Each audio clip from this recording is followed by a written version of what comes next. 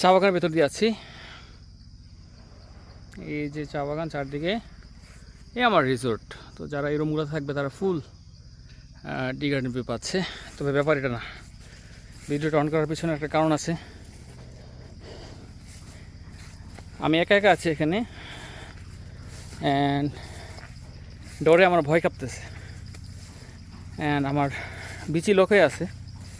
পিছনে কারণ আছে, পিছনে কারণ হচ্ছে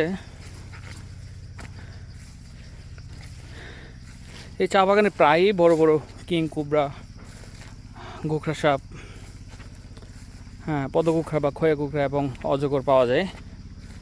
অ্যান্ড এটা নর্মাল, চা বাগানে থাকেই, যেহেতু হচ্ছে এটা অভয়ারণ্যের মতো, খুব পিসফুল এরা থাকতে পারে। অ্যান্ড আমি আসছি এখানে ছবি তোলার লেগে, ভাব দেখাইতে। এখন এই ভাব দেখাইতে যাইয়া আমার ভয় কাজ করতেছে, কারণ আমি ফিল করি না যে এতটা ভয় লাগবে, বাট এখন প্রচণ্ড ভয় কাজ করতে। এবং আরেকটা ব্যাপার আছে, Murphy's law, that the things you fear most is likely to happen. যদি আপনি যেটাকে বেশি ভয় পাবেন সেটা করার সম্ভাবনা অনেক বেশি।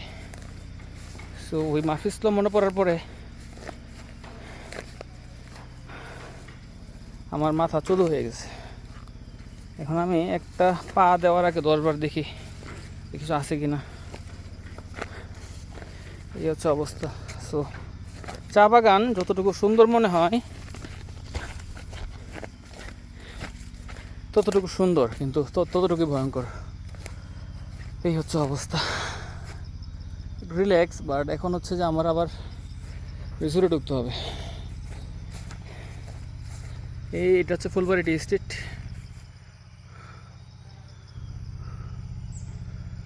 এখন আমাকে I will follow the water path, Bear গ্রিলসের মতো যে পানি। কারণ এই পানির পথে একটু আগে আমি দেখলাম যে ওই পাশ থেকে আমাদের রিসোর্টের পাশ থেকে আসছে। সো আমি যদি পানির পথটা ফলো করি সেক্ষেত্রে it will help me, cause I can see what comes and what goes, and it's open, it's nothing inside. তারপরও বিপদ আপদ আল্লাহর হাতে, আল্লাহ রহম করুন।